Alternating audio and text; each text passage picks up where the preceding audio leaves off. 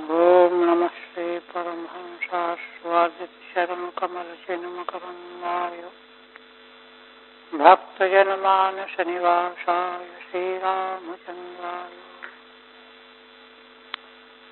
भागीरथाय वदने लक्ष्मीर्यस्य च वक्षसि यस्यास्ते हृदये संवित्तं नृसिंहमहं भजे।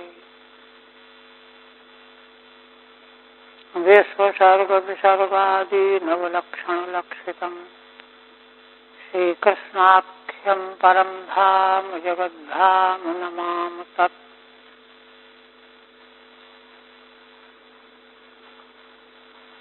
श्रीमद्भागवत के पंचम स्कंध के अंतिम 26वें अध्याय में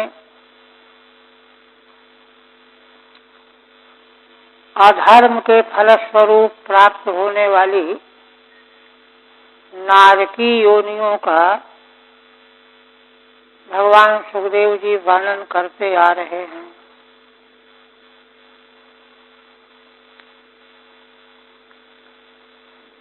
और शास्त्रों में इनका उल्लेख इसलिए किया गया है कि मनुष्य निषिद्ध कर्मों से बच सके। वेदों में विधि निषेध दो प्रकार के वाक्य हैं, तो उनमें से निषिद्ध वाक्य निषेध वाक्य अधिक बलवान कहे गए। निषेधाश्च बलीयांशः, निषेध जो है विधि की अपेक्षा अधिक बलवान, इसलिए निषेध पर दृष्टि जरूर डालनी चाहिए। विधि में तो यह है कि स्वास्थ्य गड़बड़ होने से कुछ गड़बड़ हो गया, पूर्णता नहीं हो पाई तो चलेगा, लेकिन निषेध के पालन में अगर लापरवाही हुई तो सब गड़बड़ हो गया। इसलिए इनका स्पष्ट उल्लेख किया जा रहा है। 26 तक हो, 27, 26 तक। अब उसी प्रसंग में आगे पुनः कहते हैं, ये तू इह वही दस्यवो अग्निदा गर्दा ग्रामान सार्थान वा विलुम्पन्ति राजानो राजभटा वा तांश्चाति ही परेत्य यमा यमदूताः वज्रदंष्ट्राः श्वानः सप्तशतानि विंशतिश्च सरभसं खादन्ति। भगवान सुखदेव जी कहते हैं कि राजन, वे लोग जो इस संसार में, ई माने संसारे लोके, दस्यु के प्रकार से व्यवहार करने वाले हैं। जैसे अग्नि लगा देना, विष खिला देना, और यह सब करके ग्रामीणों को सार्थान माने जो मिल करके व्यापार करते, कई लोग मिल करके व्यापार करने वाले जो है उनको सार्थ कहते हैं, तो उनको लूट लेते हैं, विष खिला देते हैं। और यह सब किस लिए करते हैं? लूटने के लिए। विलुम्पन्ति राजानु राज भटावा। देखिए, कहते हैं यह काम इतना गड़बड़ है कि राजा लोग भी अगर ऐसा करते हैं तो वो भी यम पुरुषों के चपेट में आना पड़ेगा। राज भटावा, राजा लोग, राज कर्मचारी, सैनिक, ये भी यदि इस प्रकार का काम करते हैं। इसीलिए देखिए, ऋषियों ने महाराज पृथु के पूर्व में बेन जो राजा थे, तो ऋषियों ने उनको जब रास्ते पर लाने की चेष्टा की, समझाना चाहा, तो कहा कि राजन, हमारी बात सुनो, इससे तुम्हारा लोक परलोक सुधर जाएगा। तो क्या, जो राजा प्रजा की सबसे पहले उल्लेख कर रहे हैं, अपने मंत्रियों से, घूसखोर कर्मचारियों से, और इसके बाद फिर डाकुओं से, चोरों से, लुटेरों से रक्षा करता है। देखिए पीछे आ चुका है।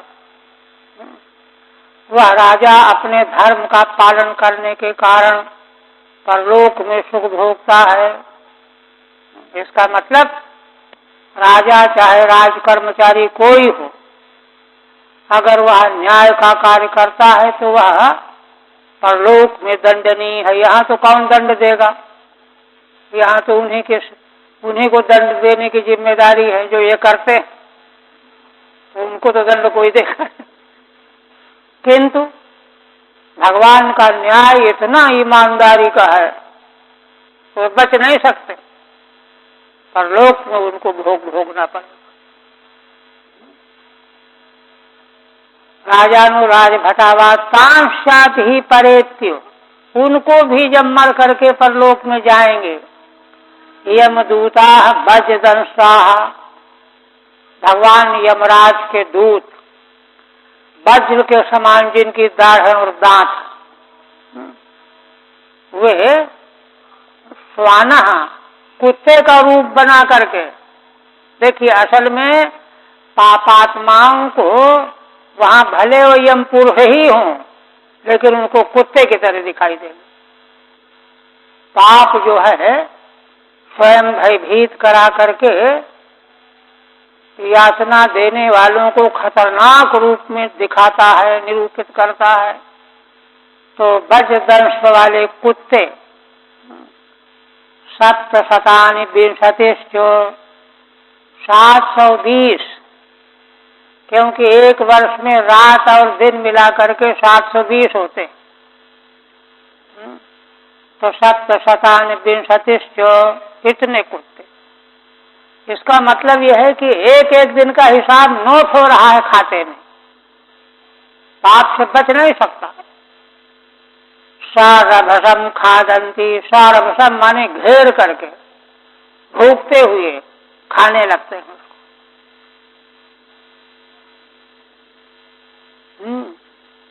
यमदूता से ये स्वानः, श्रीधर स्वामी कहते हैं कि यमदूत ही स्वान के रूप में प्रकट हो जाते हैं। सारभसम माने ससंभ्रमम, उनको भयभीत करते हुए, भूखते हुए टूट पड़ते हैं। इसी प्रकार से यस्त्विवा अनृतम वदति साक्षे द्रव्य विनिमय दाने वा, जो पुरुष झूठ बोलता है, साक्षी देने के लिए झूठ बोलता है, चाहे द्रव्य माने धन के लेन देन में, कि नहीं हमने तो इनसे नहीं लिया था, आप झूठ बोलते हैं, ऐसे करता है। दाने वा, दान आदि कृत्य में भी झूठ बोलता है। कथनचित सवै प्रेत्यो, तो वह मरने के बाद नरके अवीचिमत्यधशिरा निरवकाशे योजन शतोच्छायादि गिरिमूर्धन संपाद्यते यत्र जलमिव स्थलमस्म पृष्ठमौ भासते तद वीचिमत्यर्षो विशीर्यमाण शरीरो न म्रियमाणः पुनरारोपितो निपतति। ऐसे मनुष्य को जब मर करके परलोक में जाता है तो नरक जाता है। कौन से नरक में? नरक विशेष, अवीचिमान नरक, अवीच मत्यधशिरा, वहां नीचे को सिर करके उसको डाल दिया जाता है। अवीची मत का मतलब जहां जल की लहरें हैं नहीं, लेकिन दिखाई ये देता है कि पानी भरा हुआ है, उसमें गिरेंगे तो चोट नहीं लगेगी, है ना। वो फर्श रहता तो पत्थर के समान है, लहरें वहां नहीं है, लेकिन उसको दिखाई देता है कि लहरें हैं, जल है ये। उसी में आधा सिरा निरवकाश से नीचे को सिर करके शून्य जगह में पटक दिया जाता है। योजन शतोच्छायात, 100 योजन की ऊंचाई से, पहाड़ के मूर्धा से, शिखर से, 100 योजन ऊंचे पहाड़ के शिखर से, ये सब व्यवस्था है वहां। उसको गिरा दिया जाता है, पटक दिया जाता है। संपात्यते, संपात्यते माने गिराया जाता है। यत्र जलमिव स्थलम, कौन सी जगह गिराया जाता है? जहां है तो स्थल, किंतु ऐसा लगता है कि जल भरा हुआ है।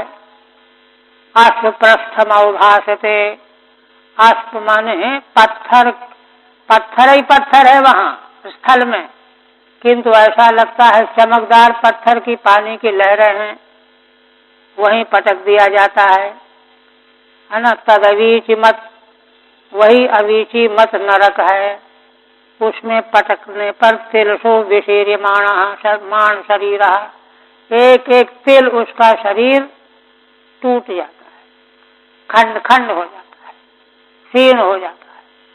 किंतु न म्रियमाण, मरता नहीं है।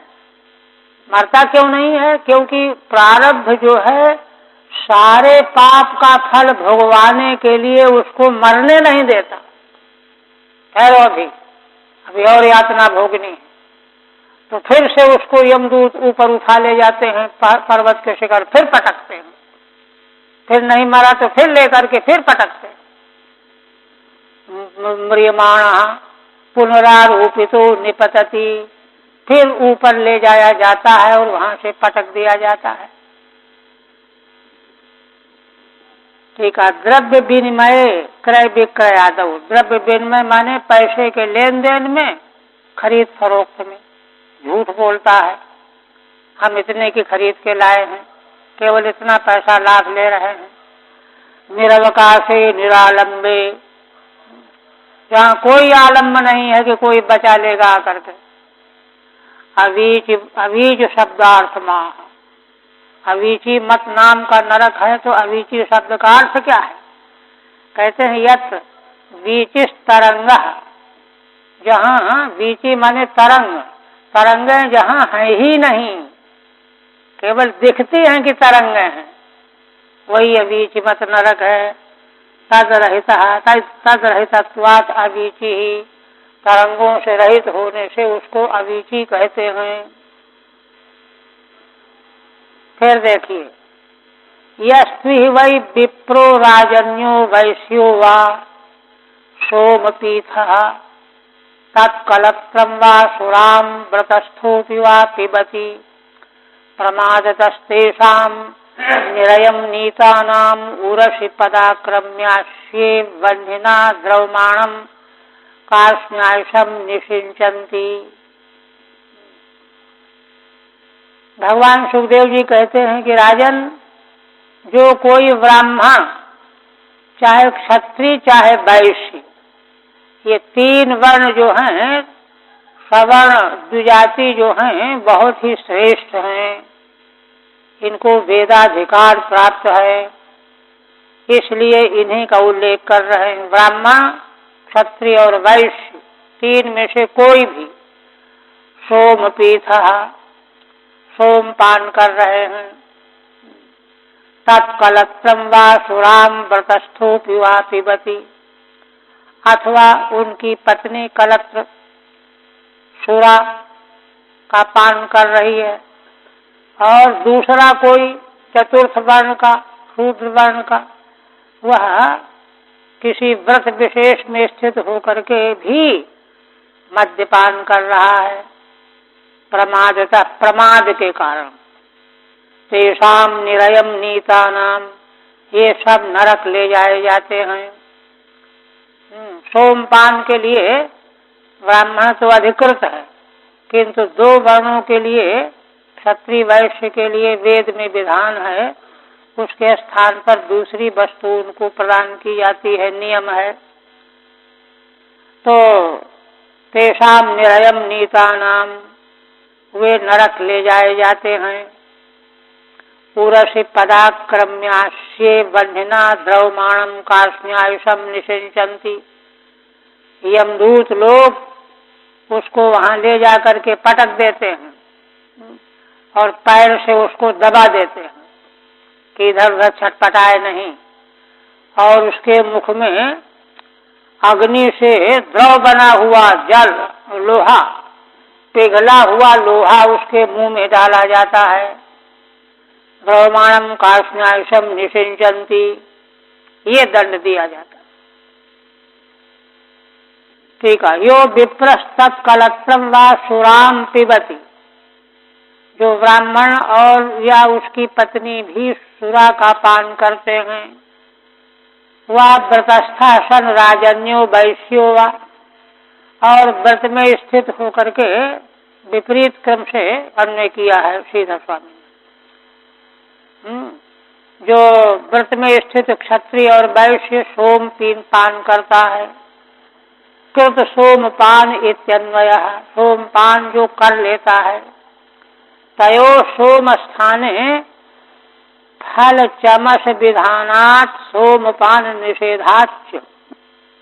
कह रहे हैं कि क्षत्रिय और वैश्य को यज्ञ के प्रकरण में सोम के स्थान पर फल चमस का विधान है। फल चमस का विधान, एक वृक्ष विशेष का फल दही में मिला करके और वह उनको दिया जाता है ना। सीधे सोमपान का निषेध है इनके लिए। तथा च श्रुति भी कहती है, निग्रोधस्त्रिभिराहृत्य संपिष्य दधन्युपमृज्य तमस्मयी भक्षम संप्रयच्छे न सोममिति।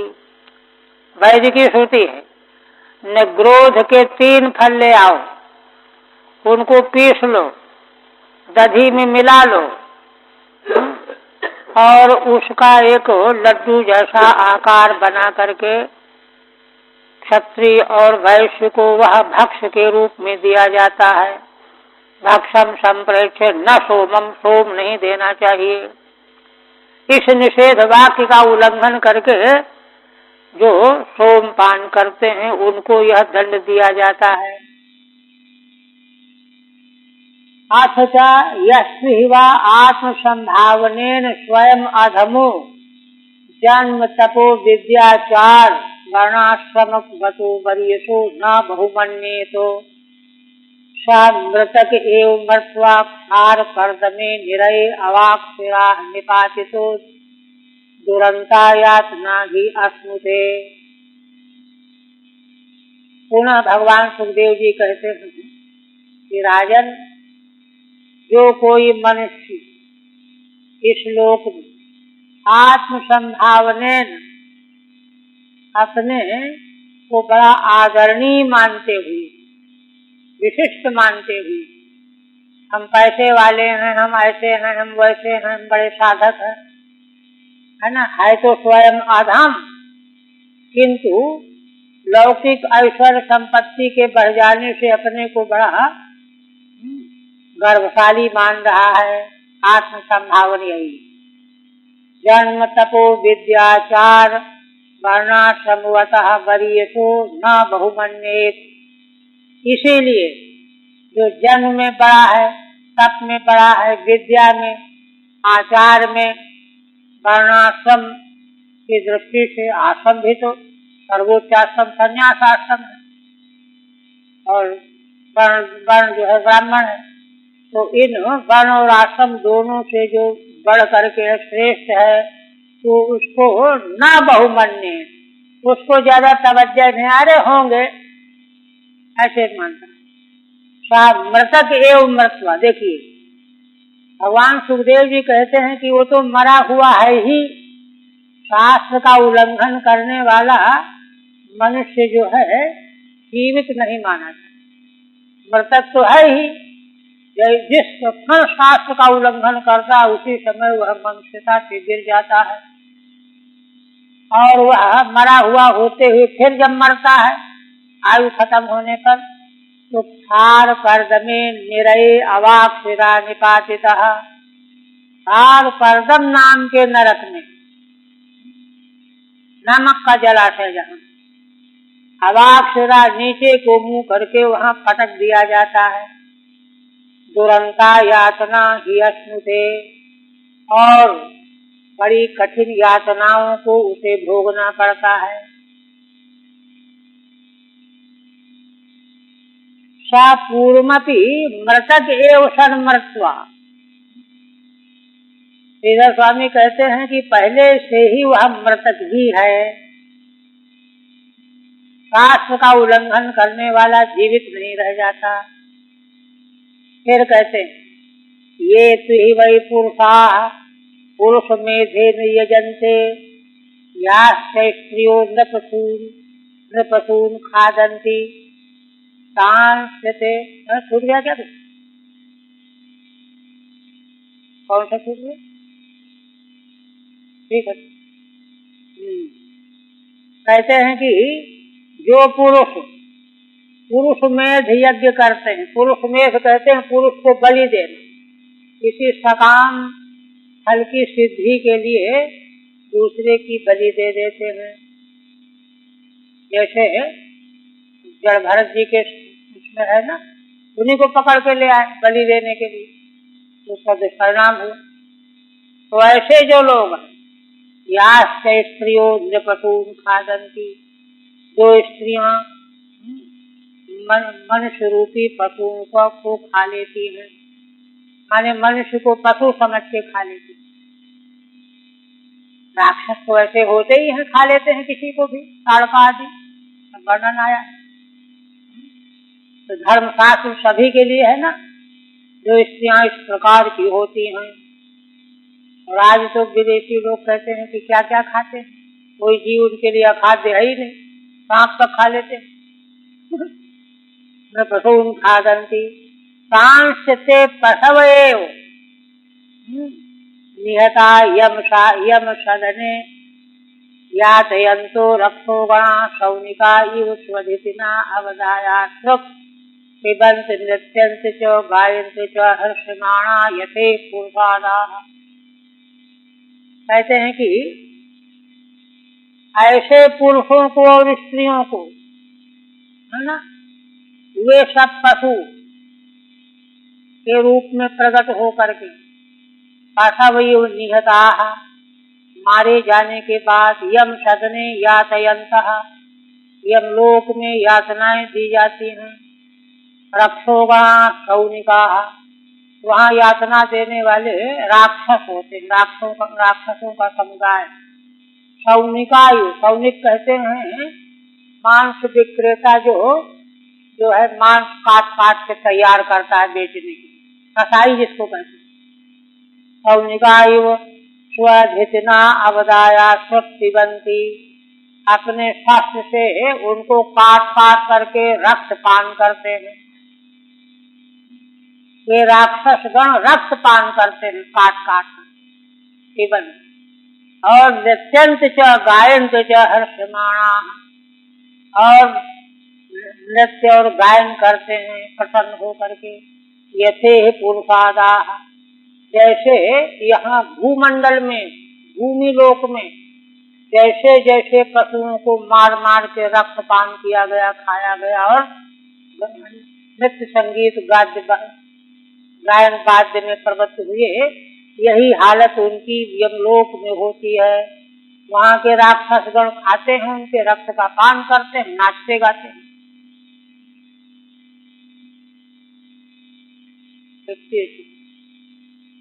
पुरुषस्य मेधेन हिंसया भैरवादीन यजन्ते।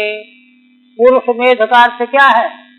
पुरुष को पवित्र मान करके उसका वध करते हैं, और भैरव आदिकों की, प्रेत पिशाचों की आराधना करते हैं, बलि देते हैं।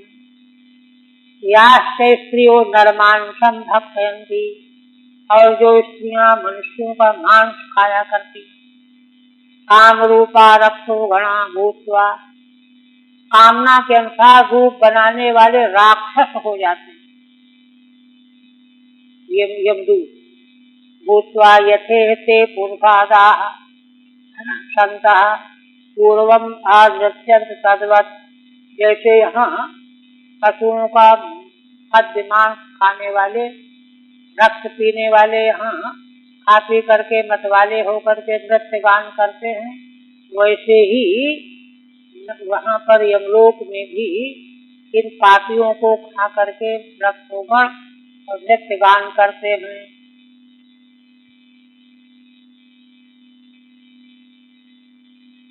काम रूपा पूर्वम अन्यत्यंत तद्वत्। ये त्विह वा अनागसो अरण्ये ग्रामे वा वैशंभकैः उपसृतानुपविश्रम्भैः जिजीविषून् शूलसूत्रादिषु उपप्रोतान् क्रीडनकतया यातयन्ति। तेऽपि च प्रेत्य यमयातनासु शूलादिषु प्रोतात्मानः सूत्रभ्यां चाभिहताः अंकबटादिभिष्टेतस्ततस्तिग्मतुण्डैः आहन्यमानाः आत्मकमलं स्मरन्ति। पुनः कहते हैं कि जो लोग इस भूलोक में, यही माने भूलोक, लोके अनागसो अरण्ये ग्रामे वा, जो जीव निरपराध हैं बेचारे, चाहे जंगल में चाहे ग्राम में, है ना, उनको विश्वास हो जाता है। अब रोटी का टुकड़ा फेंक दिया, वो लालच में आ गए, उनको ये थोड़े मालूम है कि ये पकड़ लेगा। क्या करते हैं लोग? वैशंभकैः उपस्रुतान्, विश्वास होने से कि हमको मारेंगे नहीं, पकड़ेंगे नहीं, विश्वास दिलाते हैं उनको, पुचकार करके, रोटी खिला करके, ऐसे माया जाल के द्वारा उनको विश्वास में लेते हैं, उपास में आ जाते हैं। वैशंभकैः उपस्रुतान्, जब पास में आ गए तो उपविश्रम्भयो, तब उनको जिजीविषून्, पकड़ लेते हैं। और यद्यपि वे जीना चाहते हैं लेकिन ये जीने नहीं देना चाहते। क्या करते हैं? शूल सूत्रादिषु उपप्रोतान्, शूल में, सूत्र में बांध लेते हैं, किसी को जो उसे में ठोस देते हैं मर जाएंगे। सूत्रादिषु उपप्रोतान् माने उसमें नाथ देते हैं, कांटे से चुभो करके रस्सी से, डोरे से बांध देते हैं और दिखाते फिरते हैं, चारों ओर घूमते फिरते हैं। क्रीडनकतया माने उसको एक खेल समझते हैं, उनके लिए वो खेल है। उन जीवों को मार करके खेल खेलते हैं। क्रीडनकतया यातयन्ति, खेल खेलने की तरह से उनको यातना देते हैं, उपीड़ित होते हैं, कराते हैं। तब ऐसे लोग जो यह करने वाले हैं मर करके यम यातना को प्राप्त होते हैं। तेऽपि च प्रेत्य यम यातनासु, ऐसा करने वाले भी मर करके यम यातना को प्राप्त होते हैं। शूलादिषु प्रोतात्मानः, वहां पर इनको शूल में छेद दिया जाता है, उनके शरीर को शूल में छेद दिया जाएगा। वैसे ही क्षुत्रभ्याम चाभिहता, भूख लगने पर भोजन नहीं, प्यास लगने पर पानी नहीं, भूख और प्यास से व्याकुल होने लगते हैं। कंक बटादिभिश्चेतस्ततस्तिग्मतुण्डैः, और वहाँ नरक में कंक बटादि जो पक्षी हैं इधर उधर से आकर के सैकड़ों की संख्या में चारों ओर से घेर लेते हैं और अपने पैने दाढ़ों दांतों के द्वारा, चोंचों के द्वारा नोचते हैं उसको, मांस को। इतस्ततः, है ना, तिग्मतुण्डैः, उन कंक बटादिकों के टोंटें बड़ी तिग्म होती हैं, चुभ जाती हैं, लोहे की तरह की होती हैं। आहन्यमाना, उधर भागते हैं तो उधर चले जाते हैं, उधर भागे तो उधर चले गए। आहन्यमाना आत्मसमलम स्मरन्ति, तब उसको याद आती है कि अरे मैंने भी इसी तरह जीवों को सताया था, स्मरण आता है। देखिए, जैसे को तैसा का यहाँ नियम है सृष्टि का। वैशंभकैः माने विश्वासोपायैः, माने ऐसा उपाय करना कि जिससे उन जीवों को विश्वास हो जाता है। वो सोच लेते हैं कि अरे रोटी खिला रहा है तो मारेगा थोड़ा ही, पानी पिला रहा है तो मारेगा थोड़े, लेकिन वो तो छल है उनका, विश्वास पैदा कराने के लिए। उपविश्रम्भय विश्वास्य, और उनको विश्वास में लेकर के उनको कांटे में शूल में चुभो देते हैं। पुनः ये तुहि वै भूतान उद्वेजयन्ति नराः कुलवण स्वभावा यथा दंडशूका तेपि प्रेत्य नरके दंडशूकाख्ये निपतन्ति यत्र नृपः दंडशूकाः नृप दंडशूका पंचमुखाः सप्तमुखाः उपसृत्य ग्रसन्ति यथा विलेखयान्। भगवान सुखदेव जी कहते हैं कि जो लोग उल्बण स्वभाव होते हैं, कोई कोई मनुष्य ऐसे होते हैं कि उनकी ओर देखना मुश्किल होता है, भयाक्रांत होते, स्वभाव भी उनको है, माने देखने वाले डरते हैं कि इसकी ओर देखेंगे तो कहीं ये मार ही न डाले, कहीं कुएं में न फेंक दे, नदी में न फेंक दे, इतना डरते हैं उससे। उल्बण स्वभावा, सभी प्राणियों को उद्विग्न करते हैं, अपनी मौजूदगी से जहां जाए में लोग घबरा जाते हैं। कैसे होते हैं ये लोग? यथा दंडशूका, दंडशूक सर्प, सर्पों को देख करके जीव भग जाते हैं डर के मारे, ऐसे ऐसे लोगों को देख करके भी डर करके भग जाते हैं प्राणी। ऐसे जो लोग हैं तेपि प्रेत्य नरके दंडशूकाख्ये निपतन्ति, वे भी मरने के बाद दंडशूक नामक नरक में डाले जाते हैं। दंडशूक नाम का नरक क्या वहां होता है? यत्र नृप दंडशूका पंचमुखा, वहां जब उसको डाल दिया जाएगा तो वहां दंडशूक कैसे कैसे हैं, विचित्र प्रकार के। पंचमुखा, किन्हीं के 5 मुख हैं, किन्हीं के 7 मुख हैं, ऐसे सर्प जाति के जीव। उपसृत्य ग्रसन्ति यथा विलेखयान, है ना, दौड़ करके टूट पड़ते हैं इसके ऊपर, है ना, और ग्रस लेते हैं जैसे सर्प विलेखयान माने चूहों को खा लेता है। सर्प चूहों को जैसे निगल लेता है, ऐसे ही वे 5 मुख 7 मुख वाले दंडशूक इस पापी को ग्रस लेते हैं। बिलेशयान माने मूषकान, बिल में रहते हैं ना, बिल में जो सोवे उनको बिलेशय कहते हैं। बिलेशु शेरते बिलेशया, बिलों में सोते हैं, कोई और निजी घर नहीं है इनका। ये तुहिवा अंधा बट कुशूल गुहादिषु भूतानि निरुन्धन्ति तथा अमुत्र ते सेवोपवेश्य सागरेण बंधना धूमेन निरुन्धन्ति। अब और देखिए, कहते हैं जो मनुष्य इस संसार में ही माने इस लोके अंधा बट कुशूल गुहादिषु, कुछ प्राणियों को अंधेरी गुफा में, कुशूल में, है ना, पर्वत की गुफा में जा करके बांध करके फेंक देते हैं, पटक देते हैं। निरुन्धन्ति, उनको रोंध लेते हैं, है ना, दरवाजा बंद कर देते हैं, निकल न सकें, वहीं पड़े रहें, चिल्लाएं। ऐसे करने वाले जो पापी हैं, तथा अमुत्र तेषु एवोपवेश्यो, उसी प्रकार से वे भी उन्हीं स्थानों वाले नरक में डाले जाते हैं।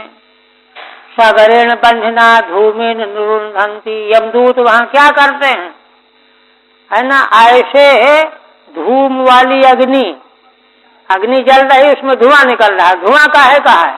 विष का, उसमें विष छिड़क दिया जाता है अग्नि में, तो उससे जो धुआं निकलेगा विषैला होगा, वो आंख में लगते ही, पेट में जाते ही बेहोश होकर देगा।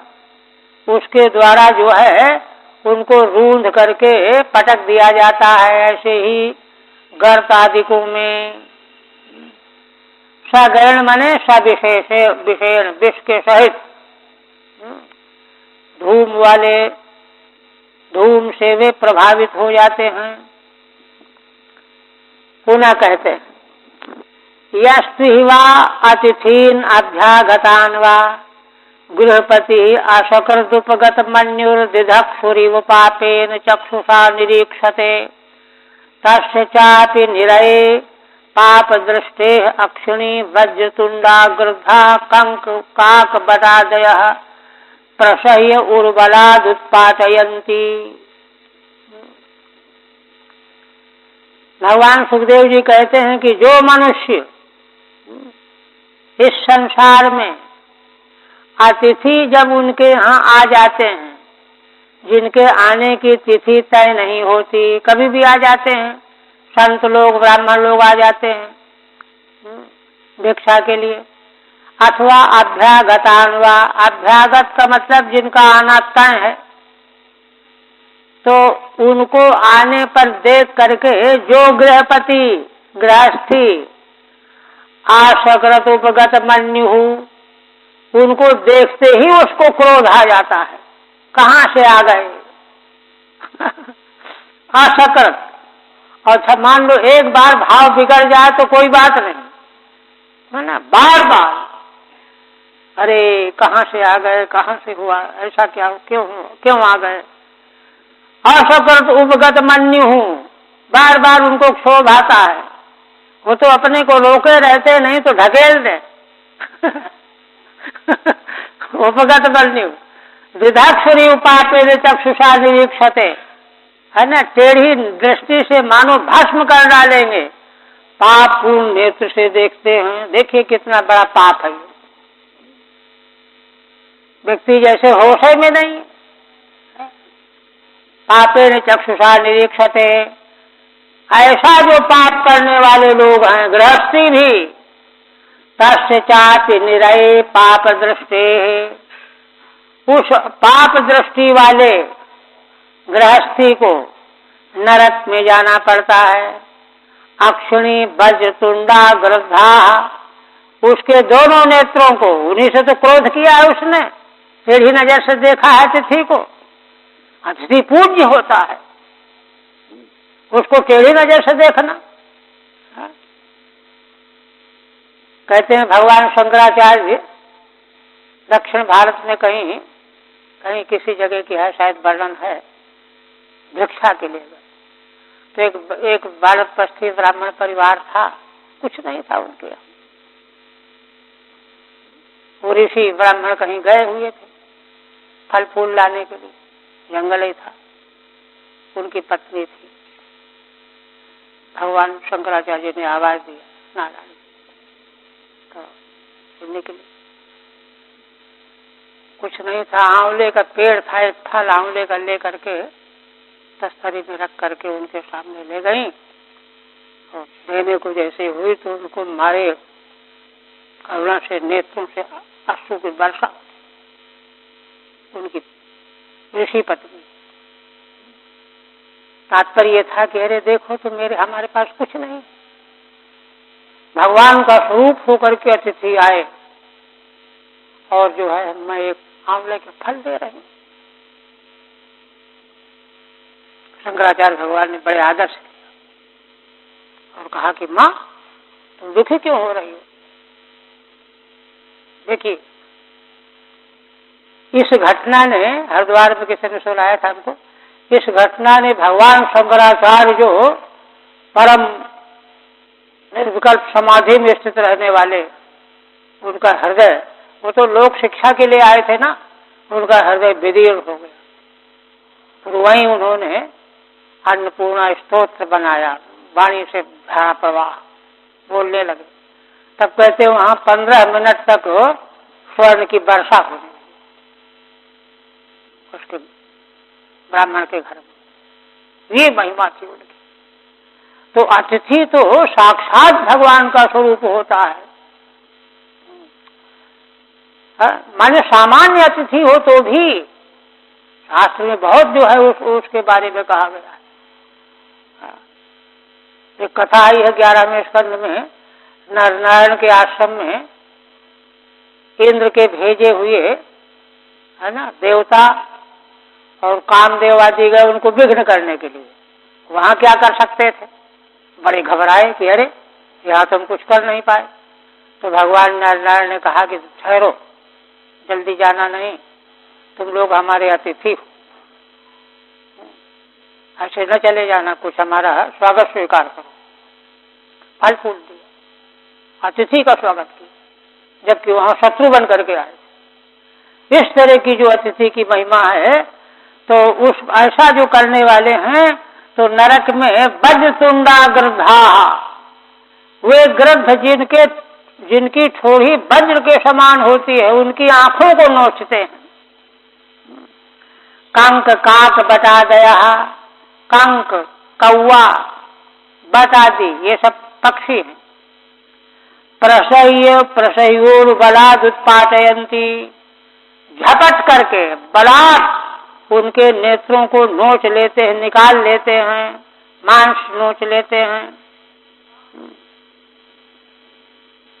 अतिथयो अज्ञात पूर्वाहा, अतिथि की विवेचना करते हैं जिनके आने का समय पहले से ज्ञात न हो।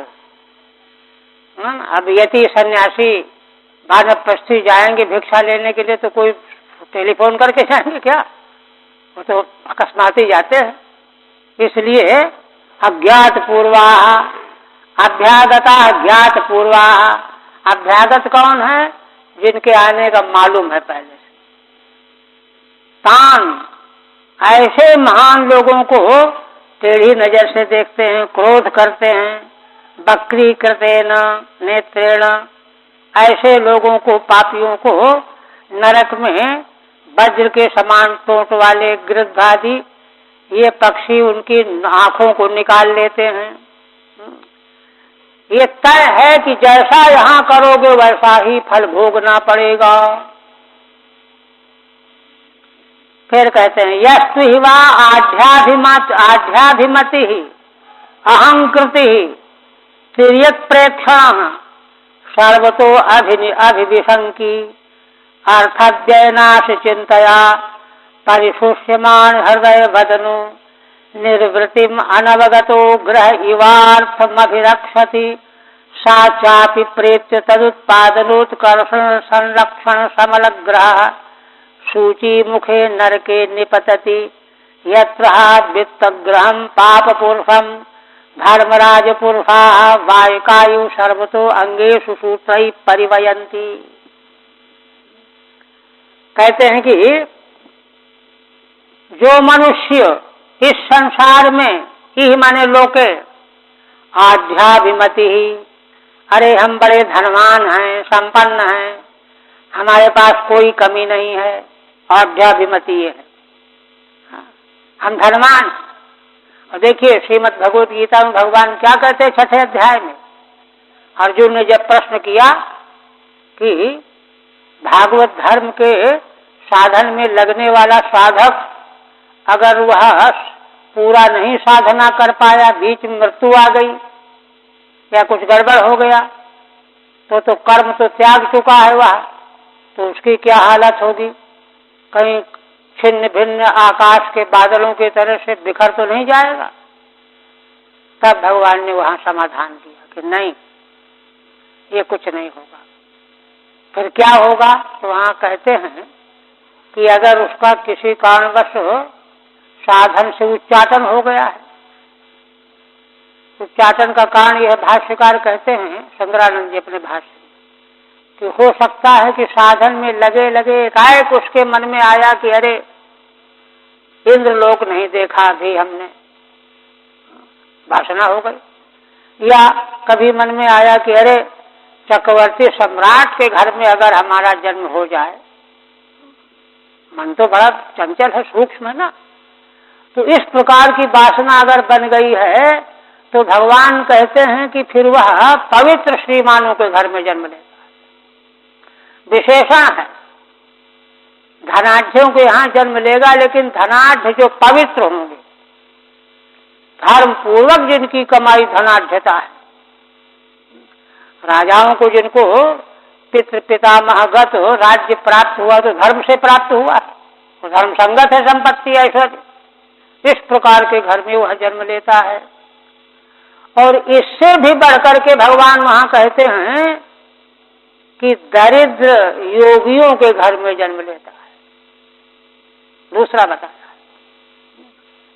इसमें धनवान नहीं कहा, योगी हो दरिद्र हो, है ना। अथवा योगी नाम एव कुले भवति धीमताम, योगी नाम में एव शब्द से धनाढ़ता का व्यावर्तन किया गया है, धन नहीं है, योगी है। ऐसे कुल में जन्म लेता है। जड़भरत जी का जन्म उसी कुल में हुआ, अंगिरा कुल में, अंगिरा कुल। एतद् दुर्लभतरम, यह जो दूसरा वाला जन्म है, भगवान कहते हैं कि यह दुर्लभतर है। एतद् दुर्लभतरम लोके जन्म ईदृशम। तो इसलिए देखिए, इसका मतलब यह है कि धन संपत्ति असल में भगवान का प्रसाद है, समझना यहाँ ये चाहिए। ऐसा नहीं समझना, सब गड़बड़ होता है। भगवत प्रसाद है, हमारे कर्म का फल भी है, यदि है तो कर्म का सामर्थ्य तो भगवान के अनुग्रह से मिला हुआ है ना, है ना। भगवान कहते हैं दूसरे स्कंद में ब्रह्मा जी को, कहा कि ब्रह्मन देखो, ब्रह्मा जी अपने को जान नहीं पा रहे थे कि हमको किसने प्रकट किया और क्यों पैदा किया, तो बड़े चिंतित थे। तब भगवान ने आकाशवाणी की कि तप करो, तप में लग गए। और जब तप करते करते भगवान का दर्शन हो गया, भगवत धाम का और भगवान का दर्शन हुआ, गदगद हो गए, प्रसन्न हो गए। भगवान ने प्रकट होकर के उनको वरदान दिया और कहने लगे कि ब्रह्मन, ब्रह्मा जी आप तो सिद्ध पुरुष, मेरा दर्शन हो। हाँ, और देखो ये जो मैंने आकाशवाणी किया था कि तप तप तप, तो तुम भाग्यशाली हो, मेरा अनुग्रह है, इसलिए तुम तप करने में लग गए।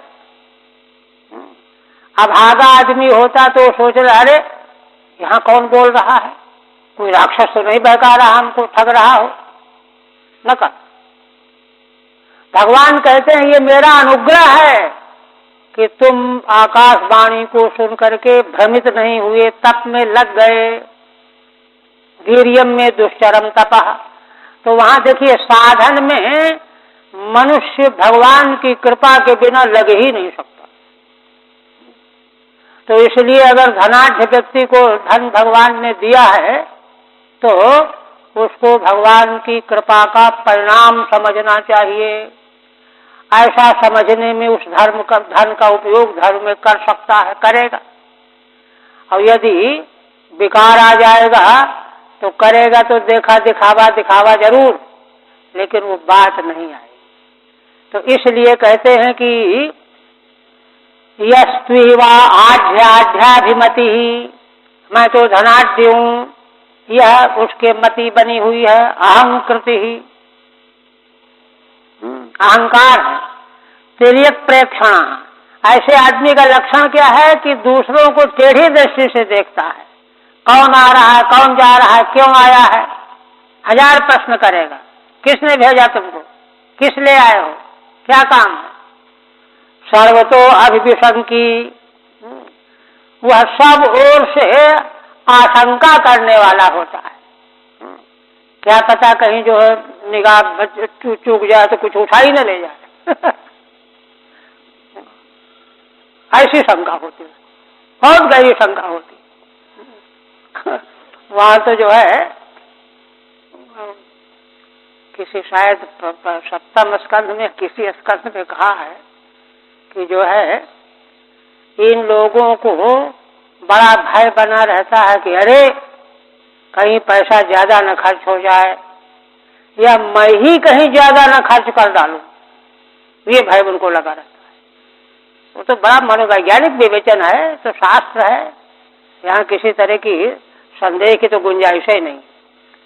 तो कहते हैं सर्वतो अभिविशंकी अर्थज्ञानाश चिंतया परशु सीमान हृदय बदना, है ना। अर्थ का कहीं अधिक खर्च न हो जाए, कहीं फालतू नाश न हो जाए, इसी चिंता में उसका मुख और हृदय सूखे रहते हैं, बाल बच्चों को डांटता रहता है, देखो ज्यादा मत खर्च कर देना। परशुष्यमाण हृदय बदना निर्वृतिम अनवगता, और इसीलिए उसको शांति नहीं मिलती है ना। ग्रह इवार्थमभिरक्षति, ग्रह की तरह से अर्थ को ही रखाता रहता है। सचाति प्रेत्य, तो यह भी देखिए, यह भी अपराध है, पाप है। देखिए कापलेयोपाख्यान में पहले आ चुका है, समग्र श्रीमद् भागवत का अनेकों बार आलोडन होना चाहिए, सारी बात करतला मलक बता जाए।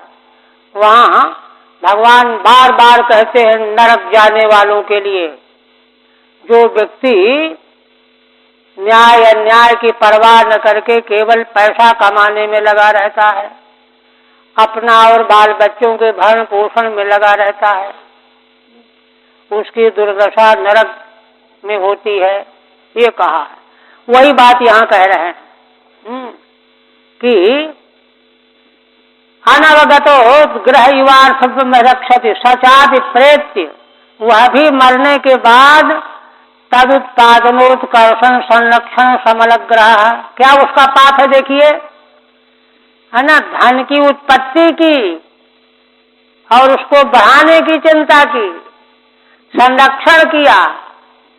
शास्त्रीय सिद्धांत देखिए ये है कि अर्थ और काम प्रारब्ध के अधीन जो मिल जाए, जैसे जैसे झरने की धारा अपने आप बहती चली आ रही, पी लो जितना चाहो, नदी बहती चली आ रही, ऐसे ही प्रारब्ध की नदी में जो अर्थ और काम बहता हुआ आ रहा है हमारे पास, उसको ग्रहण करना है।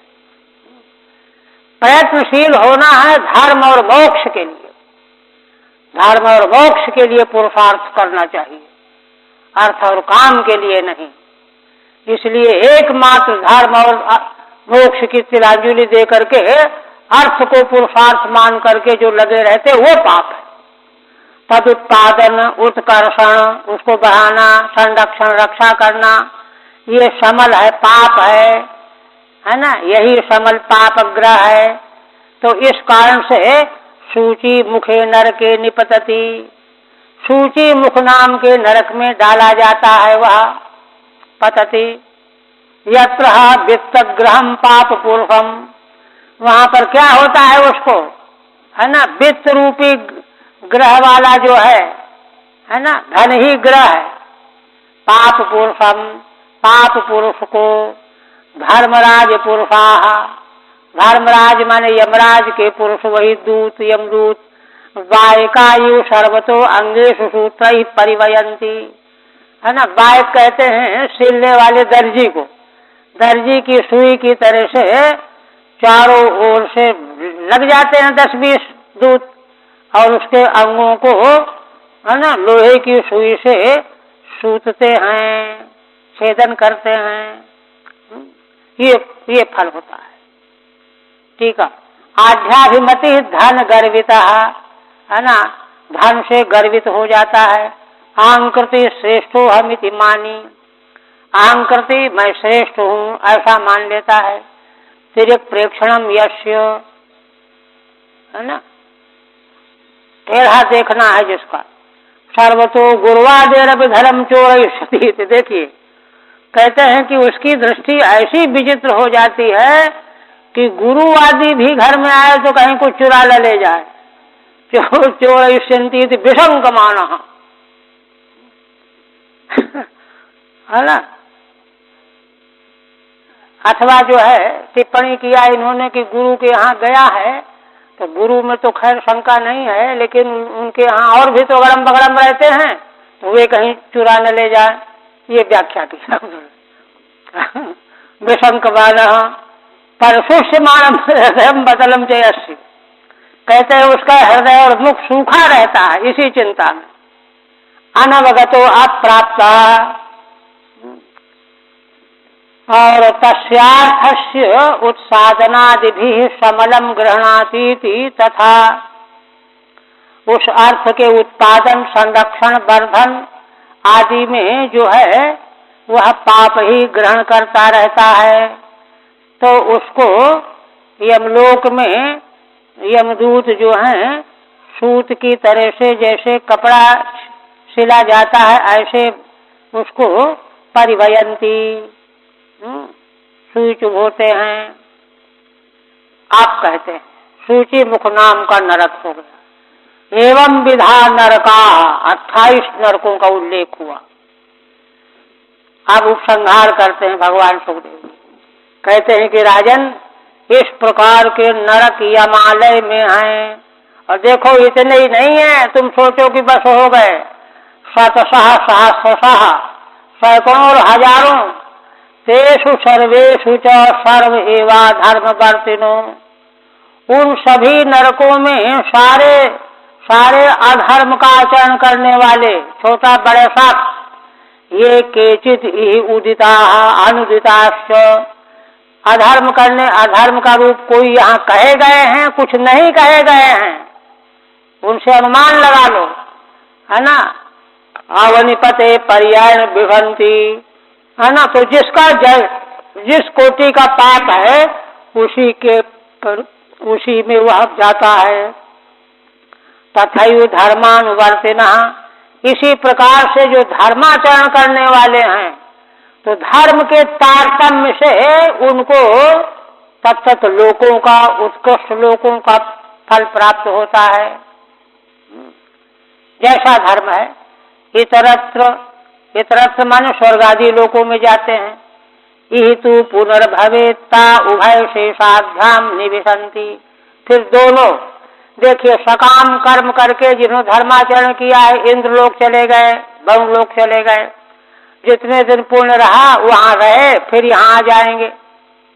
पुण्य क्षय होने पर पितृलोक से आ जाएंगे। जो पाप करने वाले हैं जितना पाप उनका है उस अनुपात में वहां दंड यातना भोग लेंगे, शुद्ध होकर के फिर यहाँ आ जाएंगे। पाप पुण्य की बराबरी में मानव जीवन मिलता है, मनुष्य जीवन मिलता है।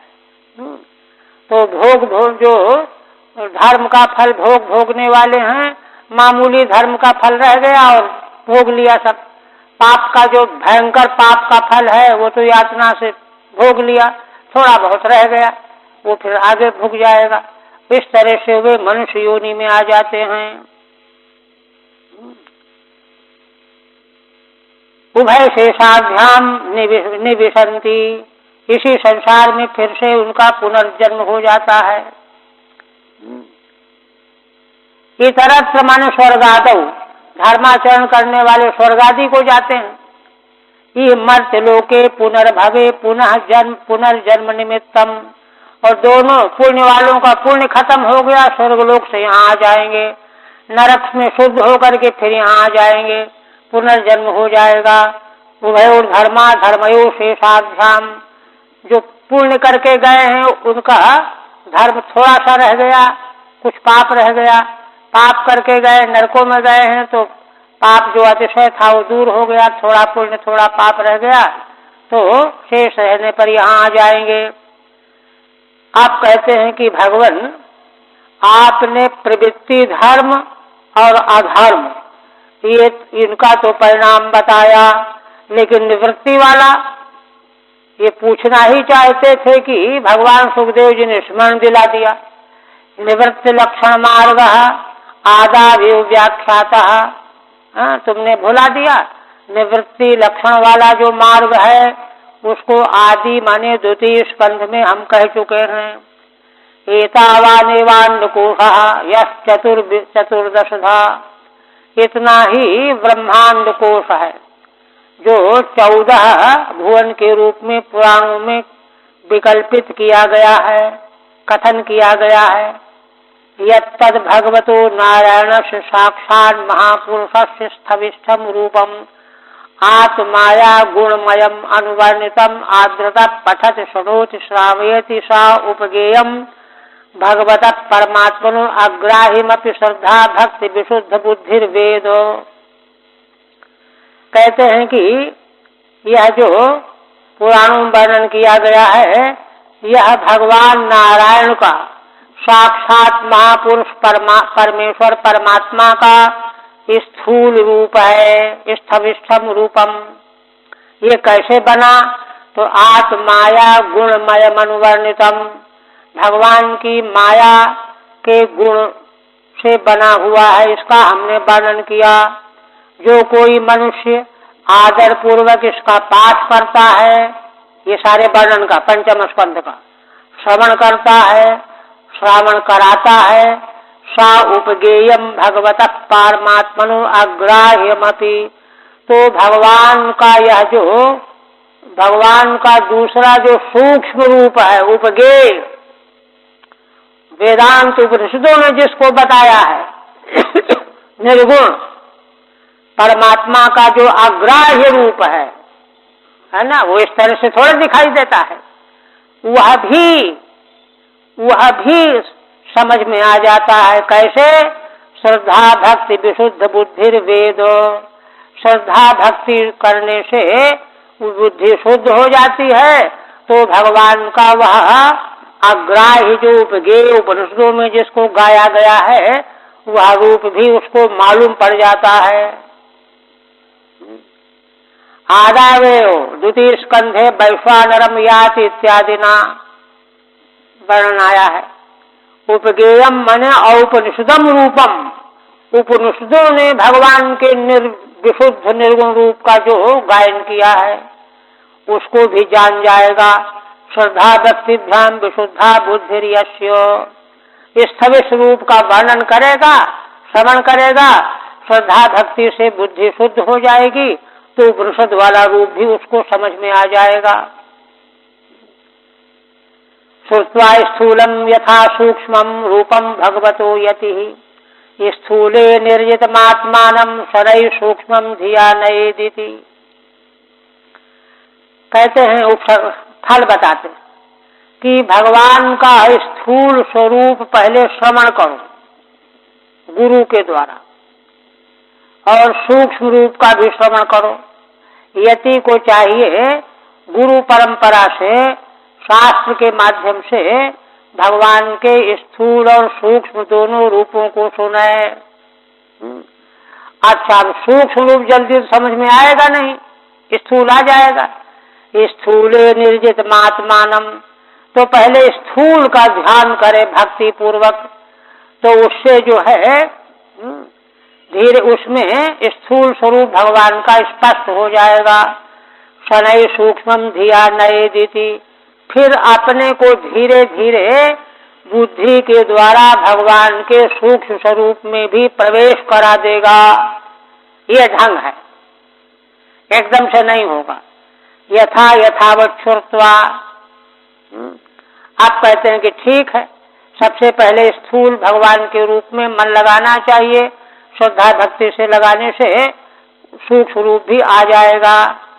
आप कहते हैं कि भगवान का यह रूप कैसा है? भूद्वीप वर्ष शरदद्री नभ समुद्र पाताल दिंग नरक भागन लोक संस्था गीता मया तौन्नपाद भूतमीश्वरस्य स्थूलम बपु सकल जीव निकाय धाम।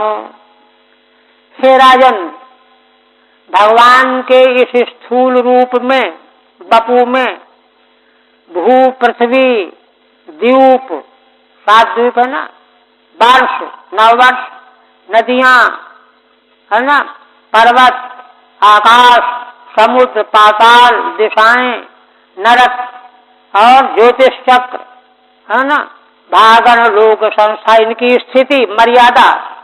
गीता मया तव नृपाद भूतमीश्वरस्य, भगवान ईश्वर का यह अद्भुत स्थूल स्वरूप मैंने तुमको बताया सुनाया। स्थूलम बपु सकल जीव निकाय धाम, भगवान का यह स्थूल विग्रह कैसा है? अनंत ब्रह्मांड के अनंत जीवों के शरीरों का धाम है यह। इसी में तो सब जीव हैं, उनके शरीर हैं, उनके भोग हैं, ऐसा है यह। कथम भूता संस्था, तो कहते हैं सकला नाम जीव निकाया नाम धाम आश्रय भूतम बपुहु। जितने जीव मात्र हैं विश्व ब्रह्मांड में, उनके निकाय माने देह, उन देहों की स्थिति भगवान के इस स्थूल बपू में ही है, विग्रह में ही है। आश्रय भूतम बपू माने समग्र अनंत जीवों के शरीरों का आश्रय क्या है? भगवान का विग्रह बपू, शरीर, स्थूल शरीर। वह तो हमने तुमको गाकर तुमको सुनाया। आप श्रीधर स्वामी कहते हैं, पंचम स्कंध संबंधी पद भावार्थ दीपनैहि प्रियताम परमानंद नृहरिर बाल भाषितैहि। श्रीधर स्वामी प्रत्येक स्कंध में अपना उद्गार व्यक्त करते। देखिए, हम बड़े विद्वान हैं और बहुत जानकार हैं, इस प्रकार का गर्व न हो। क्या कहते हैं? पंचम स्कंध संबंधी, पांचवें स्कंध से संबंधित पद, श्लोकों के पद 26वें अध्याय में, उनका भावार्थ, उनको प्रकाशन करने के द्वारा परमानंद रूप भगवान श्री नृहरि, नृसिंह भगवान, नृसिंह भगवान परमानंद स्वरूप हैं, वे प्रसन्न हो जाएं। यद्यपि यह सब मैं बालक हूँ, भगवान की यह जो मैंने स्पष्टीकरण किया है, मैं बाल भाषित है मेरा यह, मैं क्या जानूं। किंतु बाल भाषित के रूप में जो मैंने पंचम स्कंध के से संबंधित पद और भावार्थ का प्रकाशन किया, भावार्थ दीपिका इनकी टीका का नाम है, तो इसके द्वारा परमानंद मूर्ति नृसिंह भगवान प्रसन्न हो जाएं, यही तो सबसे बड़ी बात है। जो जो कुछ भी करना चाहिए सब भगवान के चरणों में अर्पण करना चाहिए। तो श्रीधर स्वामी भगवान के चरणों में अर्पण कर रहे हैं, माने अपने को बड़ा महत्वपूर्ण नहीं समझ रहे, बाल भाषित है तो जो कुछ भी है वह भगवान के चरणों में समर्पित हो। हरि ओम तत्सत्। श्रीमद्भागवते महापुराणे वैयासिक्यां पारमहंस्यां संहितायां पंचम स्कंधे नरकानुवर्णनम नाम षड्विंशतितमोऽध्यायः। ओम भगवदर्पणमस्तु। बस यही ना।